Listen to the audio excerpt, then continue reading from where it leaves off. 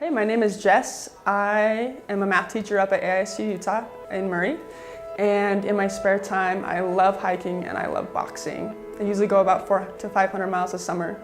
I grew up in a small town in central Utah with only 1,000 people in the town. We had no stoplights, only a post office and a gas station. At 13 years old, I started having feelings for girls, but I didn't have a name for it yet. It wasn't until I graduated high school that I actually discovered what a lesbian even was. For years, I'd been battling back and forth between dating women and being in the church, and there was just this internal struggle that went on. And it finally just, the anxiety, the stress, everything took a toll on my body. And I was at the gym completing a workout I'd done for 2 years every Monday.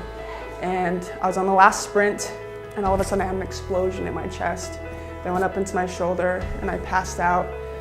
And they took me into the hospital later, and a doctor came in and said, "You had a mild heart attack this morning."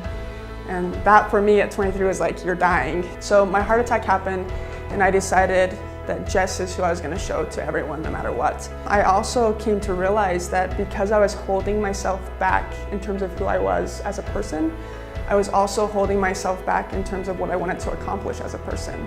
That same attitude was coming out. And once I let myself be fully me, I started going for the things I really wanted to.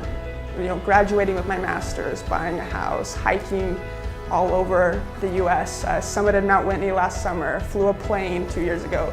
So it's just like, I find myself going for more goals now that I feel like I can just show up and be me and not worry about it. Les Brown, amazing speaker, has a quote that he says, "The best is yet to come."